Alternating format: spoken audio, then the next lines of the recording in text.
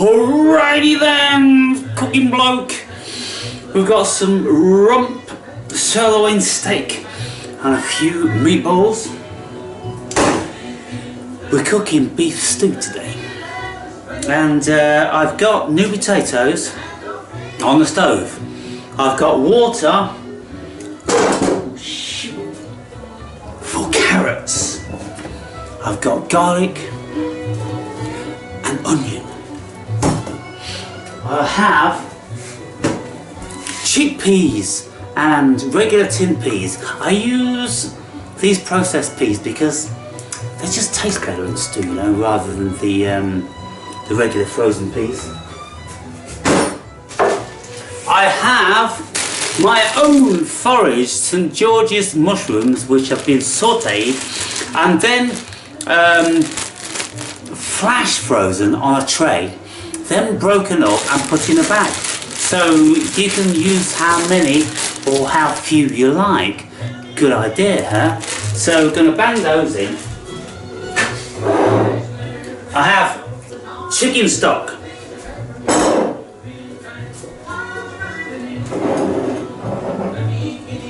Then I have mushroom stock. The white stuff on the top looks like a hair, it's the butter. And so I'm going to use the mushroom stock and the chicken stock along with extra chicken stock to taste, and so got an exciting meal to crack on with, and of course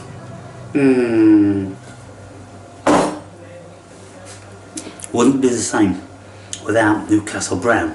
So first and foremost, I'm going to be mashing up the garlic. Now, the garlic is notoriously fiddly, of course, and normally I will skip the preparation of this, but I thought, well, let's just include it, why not? I mean, I don't know how many of you guys cook, and so but what I do know is that many of you find it kind of therapeutic to watch these sort of videos and just listen to a bit of chit chat. And this dude in the background, he's called Del McCoury, and it's the Del McCoury Band, the song that's actually playing now, but I've got the blues music on autoplay with all of the favourite songs that I listen to, and so that is just, it's great, isn't it, just to have that sort of thing whereby the computer knows what your preferences are, what your favourite stuff is, and it just does it. Well, you know, there's lots of stuff in relation to this modern technology that we love, don't we? And you know, it really is a bonus to our lives. And if there's ever a song which is not particularly a favourite, then we can just delete that from the playlist. And so I just bang this playlist on every day when I'm cooking, and I love it. So this is the thing with garlic. Now, there is another option that you can do, and if you get a garlic crusher, you just put these cloves in the crusher and you crush the garlic out, and it leaves all of this fibre stuff, which, you know, is one method, but then it doesn't give you the lumps of garlic, which I tend to prefer. I like to cut these cloves into reasonable sizes, so then when, you know, instead of being a pulp, I bite on lumps of garlic, and that's the minimum I will ever use in a meal. You know, some people, when you watch these cooking programs, they go, "Oh, put a bit of garlic in," oh, you know, and they put, what the fuck? You know, if you're going to use garlic, people. You know, it's just an onion, and like I have it in these lovely, wholesome lumps. Will never end. Yeah. So, how many of you people are into this bluegrass hillbilly stuff? I mean, lots of my viewers, they're British, and of course different from many countries around the world, and so it's not everyone's bag. Now, a whole onion of garlic is going into the olive oil. And then in the bin, keep the tidy ship. Then we're going to have one whole onion. I just don't believe in just using a half of this and a quarter of that. I just think, well, there's no point, is there? I mean, I don't know. Half an onion, a whole onion, really? Just bang it all in.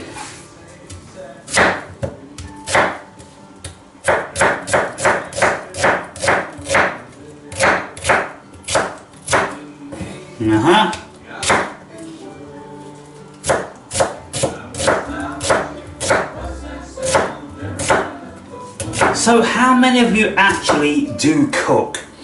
How many of you are adventurous? How many of you just look at what you've got in the cupboards and think, I'm going to make a meal out of what I've got? And that's what I always do. I'm like, well, it might be interesting to bang this in or bang that in.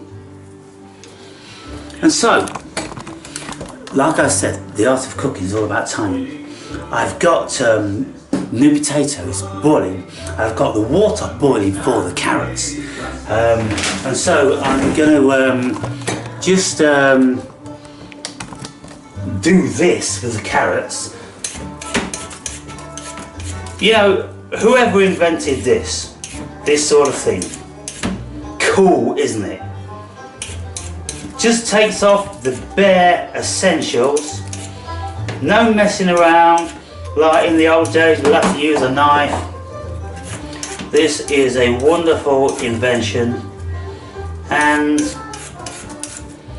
can we imagine how much simpler and efficient our lives are now in compared to how they were even 100 years ago.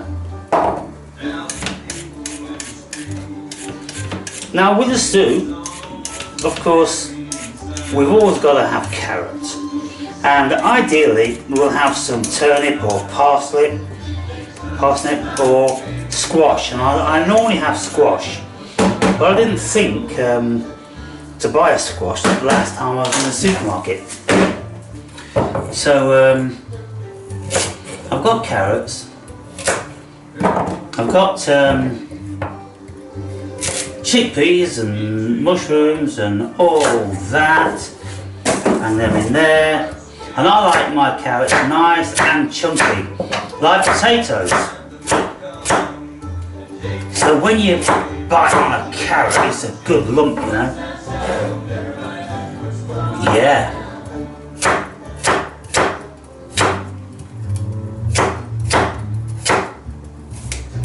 Now, I just wonder, well, I'm going to cook all of these anyway, and I'll decide how much I want to use of them in this stew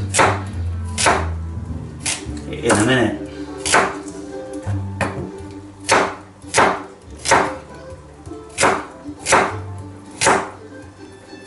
Okay, so we have boiling water. Kind of be a bit careful about that. Right, I can pour a little bit of that away. Bang that back on the light. So then we're going to put the onions, get them ready to go. Pull that back light on. Next thing, very important, take a swig of your preferred alcohol.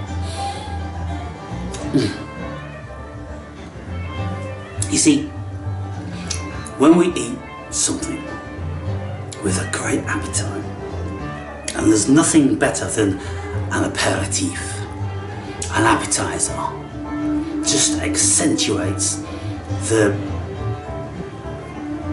pleasure of foods.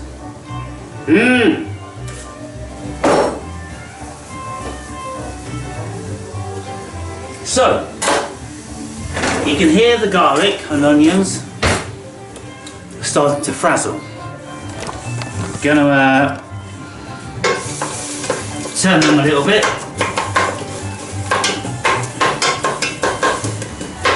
So by the time they're browned, I will be banging in then all the stock, mushroom and chicken stock.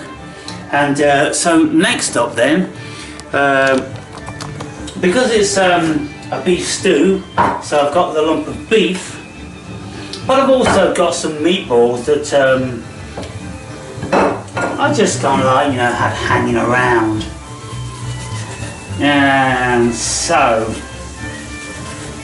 diced up the beef,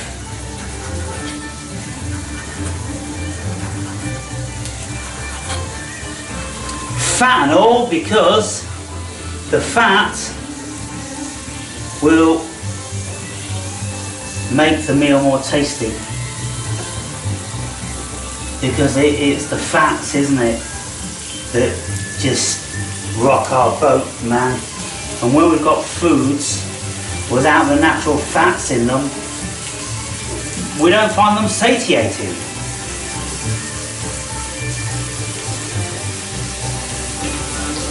So, nice bit of beef, few beef,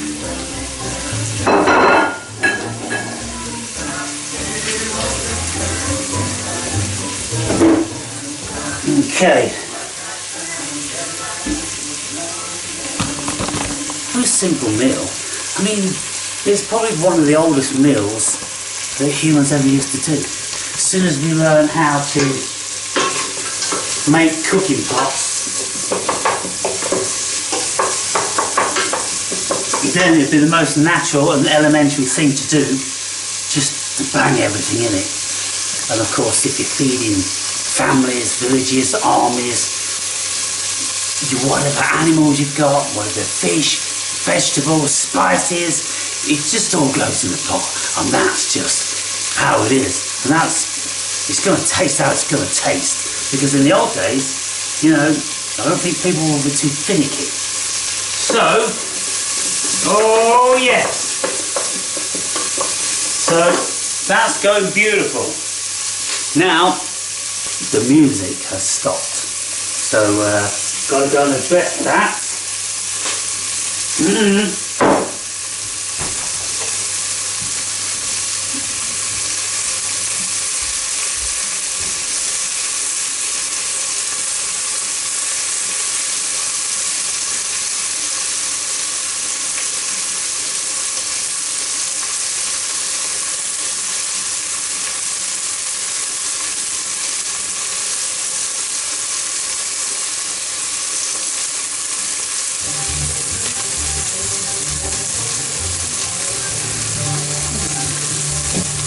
By the way, did I mention to you guys that I wrote a book? I wrote a brick, basically, and there it is in all its glory. Look, you're going to get tired of this, right, until you buy it and you read it and you appreciate it, because this is my fucking life. This is 14 years, the last 14 years of my life. And it's all between those pages, and it's incredible and it's brilliant. And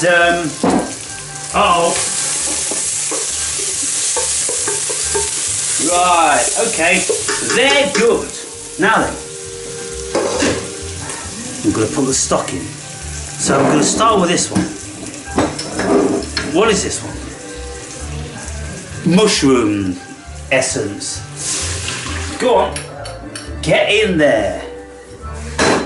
Right, next up, it's kind of like potluck. What's in this jar? Well, I don't know, fucking put it in. Smells like...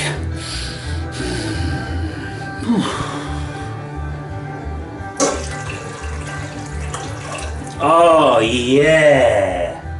Look, even that bit in there, it's kind of like bone broth in there. Gotta have it. So there's stuff around here. Gonna make sure we've got all that. And pour a little bit of that in there. Pour that one in there. Give this a swishing round. Actually, this music that's playing is all the Del McCoury band.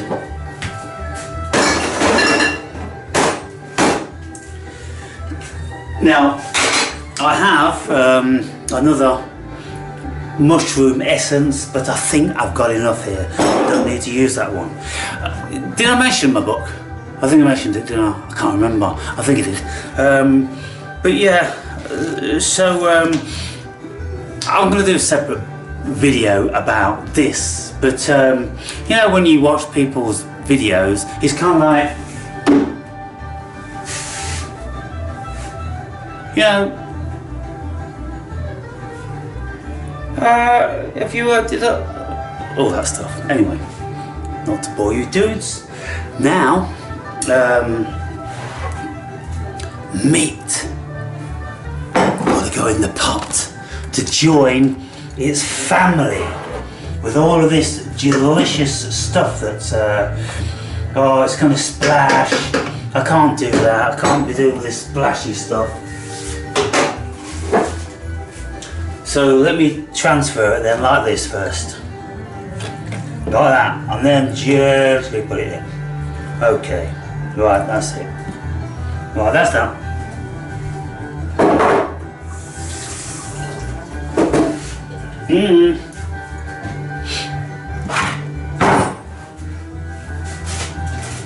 Mushrooms. Right. Look at those. Beautiful frozen sauteed St. George's mushroom. They go in there.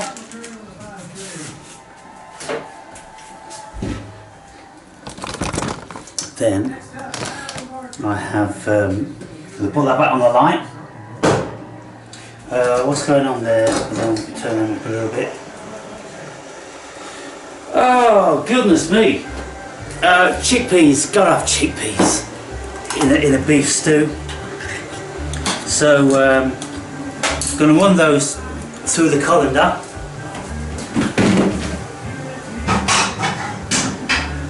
Get rid of this salty water. We're done over here. Right, peas. Yeah. Rinse off any nasty water.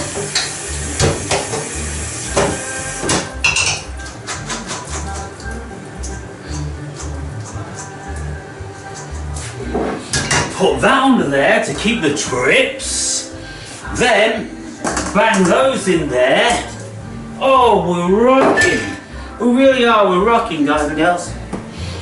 You want to see the state of affairs so far? So, what do we have? Well, look at that. You can see the fat, the chicken stock of the butter and the chicken stock sitting nicely on that. And I'm not going to taste that just yet because I want the meat juices and the garlic and the onions to come out. And then, if I feel it necessary, I I'll bang some Knorr chicken stock. This is the best. You can buy, you know, the OXO, but these are like dry and crumbly. This is fatty. When you take one of these out, it's kind of, it's all moist and you just, and tastes superb. So we've got the peas, the chickpeas, the mushrooms, the beef, the meatballs. We've got the potatoes and the carrots, which I add right at the end. Put the mushroom stock in and the chicken stock. And so, well, we're on our way for an incredible meal. You'll see how we're going. Okay, they're done. So, take them off the heat.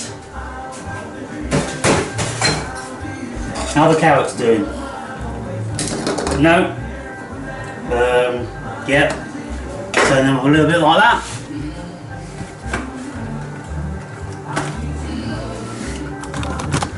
Okay, so the next thing is then when I have worked out the final taste by adding maybe more chicken stock and some gravy granules to thicken up the consistency of it, yeah? Because otherwise that's just really watery. So you want a little bit more consistency. So I'm going to put some of those in. In actual fact, I'm going to put, you know, a few sprinkles of those in now. About like that, and see how we go with that.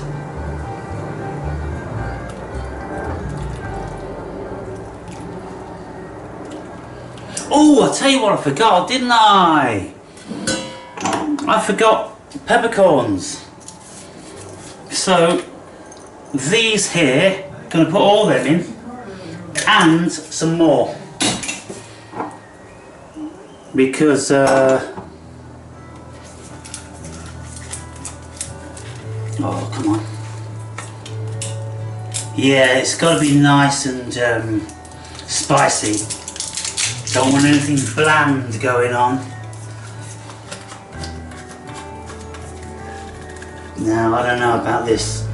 It's an IQ test, but I can't get into this motherfucker. Now then. Yeah, well, what's the deal here? I just want to take the whole lid off. It's got this plastic around it. Now you see this plastic around here, this would scuttle a monkey's attempt at entering into this jar. But Homo sapiens, you see, we, you know, got a little bit more discernment. And even though it's kind of like the manufacturer is really trying to fuck us up by doing this stupid bullshit and not making it easy. Oh dear God in heaven. It's got this tape around it like that, right? All the way around. Oh come on. No, this is not proper, it's not correct. Design fault. I just want to take the top off the jar. There we go. You know, it wasn't too much to ask. I'm going to put those in as well. Yeah. Give those a stir. Okay. So I think that's doing good. Now then, there's a tool I bought from the internet. This thing. And this is for whenever we've got like a jar that you need muscles like Garth to open. And I think to myself, how do these old folk continue to live? When I, pumping iron like every day in the gym, can't even open these jars, damn it. You see, of course, there is a secret, because we pierce the lid to relieve the vacuum. But if you want to keep the jars for pickling and, you know, preserving foods, then you don't want to do that. So you gotta fight against the vacuum. But this here, right, beautiful bit of application of GDOs, and so all we do is we pressure like that, and then move. Then we can open any jar. And so whoever invented that, doubtless is a millionaire now. Why wouldn't they be? Because these get sold all over the world. These should be in every old person's household.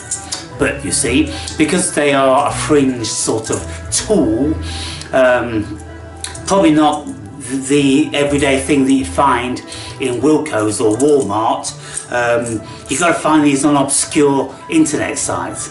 You know, things take a long time to permeate, don't they? But if you've got an old person, you know, you're just wondering what to buy them for Christmas, buy them one of them motherfuckers. You know, they'll thank you for it every day of their lives. So, okay. This is boiling over, so I'm just going to simmer that down. They'll be ready in 5 minutes, and so I will come back to you when I've turned everything in and I'm ready to consume. Huh?